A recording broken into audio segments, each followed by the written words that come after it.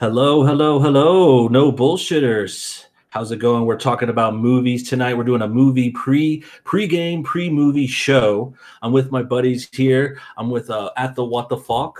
What the How the fuck are you, man? I'm happy to be here. This is cool. I like your host voice. Yeah? Yeah, it's very. I'm getting serious. I'm getting it set up. I'm trying to ice the cake, get this baby in the oven so we don't have much time. Miguel, how are you? I'm doing good. Thank you for having me. Yeah, dude. We're just talking about Gringo. I don't know much about this movie. I don't. I just saw the trailer, like half of it. I always like to stop trailers like halfway because I don't want to spoil too much. No, it's true. I don't think the trailers these days, they give away too much in the movies. Yeah, and if I know I'm gonna watch it, which I was pretty sure we were. I just didn't watch it all. But let's go ahead. You said you had something you want to start with, Connor. What were you saying about the movie? I just want to start with the fact that I realized that Charlize Theron has been around a long time at this point, because I watched the Gringo trailer and she's like showing her legs and stuff in different parts, and she's like, man, everyone's getting older, and Charlize Theron has gotten older. So it's been a long time, and now we're at the point where Charlize Theron is going to do this drug comedy movie. So I feel like it's kind of showing that we're in this whole new sect and generation for Charlize Theron movies, and I think we're going to see her being like a villain even more than she's been. Yeah, like Fast and Furious was a good example. Exactly. It's a good role for her to play. I mean, it's true. I mean, as you get older, obviously age and looks go, but I mean, she's immensely talented, so I think she'll be able to like bounce back. Well, the way she looks now kind of makes her more believable as like the bad guy than it does the most innocent person in the whole movie. I feel like you know, because also she still is so attractive. So I feel like even a movie like Young Adult, you saw that, she ended up being kind of a pretty bad person. I was actually going to say that too. Like in the movie, part is she's still really hot. Exactly. In this movie, she's like that, and she's been in a lot of different movies, like since Mad Max was really big, and then Mad Max was a good. I think another good way. I mean, obviously she's always been immensely popular, but I think Mad Max really did help her get back out there. And this is just because acting and casting and TV and movies in general, they have to look a certain way of the archetype that you've grown up with. So because Charlize Theron, the way she's gotten older, has looked more like other actresses, I saw them play those parts. That's kind of how I see her. And that's the same way casting directors, anybody who buys a movie ticket is going to see it. So when I'm saying this, it's not about anything negative necessarily about Charlize Theron or what I think about her. I don't know. She's probably a great person. Let her have a conversation at the airport or like have a fucking. She seems nice. Yeah, have her on the What the Fuck show. If you want to come on at my WTF show on all social media and Twitter and all those. And hashtag pound me too. Hashtag what?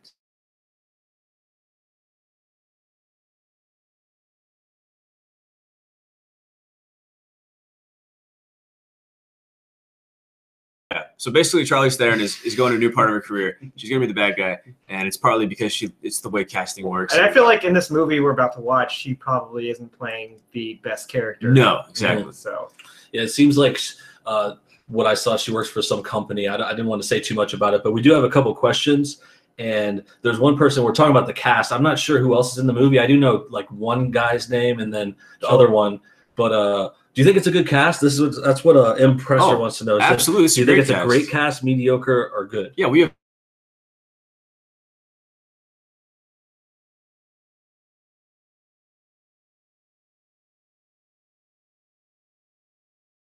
District 9, yeah. Egerton's brother directs the movie. Oh. And he's acting in the His brother's directing this? Yeah. Oh, it's awesome because his brother directs. Joel Egerton's the one on camera this time. And yeah. I noticed that. I just saw it when I heard the movie was coming.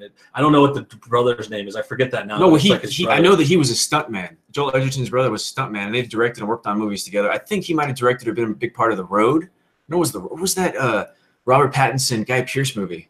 It wasn't The Road. It was very dry like The Road. Yeah, I cannot. Yeah, so they've made some big time movies in Australian cinema. So starting out with him, great. We have another Australian, so maybe let's think that maybe the producers or directors might be Australian in some way. Could be. And Charlize Theron, and then David Oyelowo, I think, the British guy. He's been in everything. Oh yeah, he was just in Cloverfield 3. So I mean, he's a very impressive actor too as well. As far as cast, you guys, great cast. Yeah, it's a good cast. I think it looks like it's going to be, in general, if you haven't heard of it, comedy, action comedy. It looks like it's good time, but there's serious topics. What do you guys think about drugs? Those are the serious topics? Yeah, it's talking about selling weed. Yeah, well, have you ever sold weed? I mean, but they're saying, have you ever sold weed? I've never sold weed. I've purchased weed. I won't admit I haven't sold weed, but I know a guy who might have sold some weed. See, I don't think these are bad topics because with this movie, I mean, California weed's legal now, so I don't. think it's but the people who are buying the pills are, I think it's a business, right? That's buying from another business. So there's still businesses buying the legal pills now, which eventually might be regulated.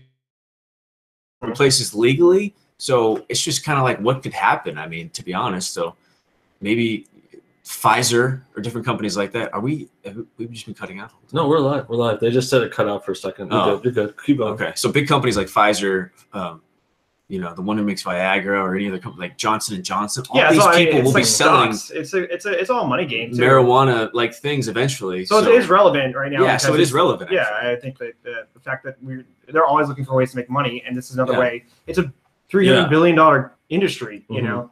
I think it's an evolution too, like you're saying, like it was originally more illegal and weed is legal, but there's still like pills and pharmaceuticals are becoming this new big superpower, almost like replacing some cartels.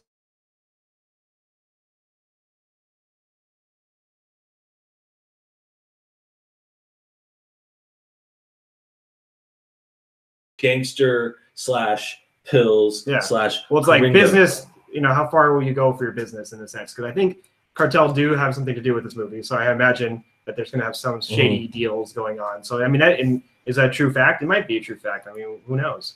I think if you're offended by a movie like this, you're watching it for the wrong reasons. Yeah, it's supposed to be a comedy. We're going to see a British guy. You know, no, he's playing like a Zimbabwe. I think he's from Zimbabwe. We're going to see a South African and a Canadian. No. An Australian and a South African play two Americans who are sending in a British guy who's pretending to be an African. And they're going to Mexico, and the boss of the Mexicans is played by a Colombian. I mean, where are we? What is going on? A New Zealand guy who's playing an American. Yeah, playing an American. I'm just impressed by Hollywood. You know, I don't understand how the acting works. Yeah.